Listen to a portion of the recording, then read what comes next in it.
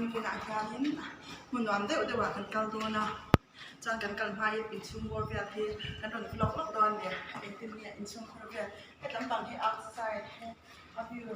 lần thứ tám khai nha mình làm khóc mấy á bên kia anh đi sân làm bốc xe bầu rập về thì mình ôm chút room về thì cần phòng đòn nè cho nên lệ làm room mà cho nên cần cao dễ lắm tấm bằng như thế wow nóng được cái tấm bằng hello girls yeah this one this size is 502 room nhá nóng được nhá sao tấm bằng là sao nên chị em sao nóng ăn đâu in chi mấy cả nóng ăn cái lutk and then what about this side oh they already get ready yan nhá phụ nữ trang cắn từ lằng lẩu mẹ trang hôm nay hay cắn đi xe hay số phận là sao nữa mình đầu sẽ kéo sáng trang nên hết lắm bằng view đi cắn từ lằng để ăn wow awesome place look at that hun về thì nuông tôi cả người ta lấy nghề mấy xem tôi quý xa mình sẽ chọn tiêu vòng vòng cắn từ thèm sốt nấm bò sốt airport đó mà rồi nó về thì thằng nghe hái đấy là một việc hay gì chứ mà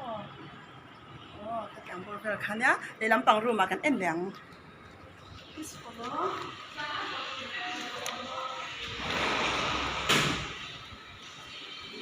làm bằng gì thì kitchen về thì mua ăn mà em có cái kitchen làm bằng nhá cho cái thân sọc này nhé ok wow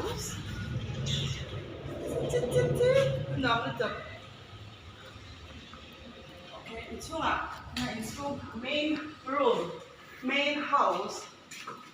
okay welcome to main house anh pinang lắm cái tấm bằngนี้ไอ้ตรงบนนะมันปากันเองหรอกค่ะเนี้ยนี่แต่การจะเฮ็ดลายที่ลวดลายนี่แหละว่าที่โมฟังก์ชันที่โม celebrate party something เวลาก็ต้องบังคับรูมันนี่เลยบอกว่าที่ได้เทบูเนี่ยมันใส่กล่องข้าวนี่ถ้าที่นี่อันว่าพวกเราบางข้าวนี่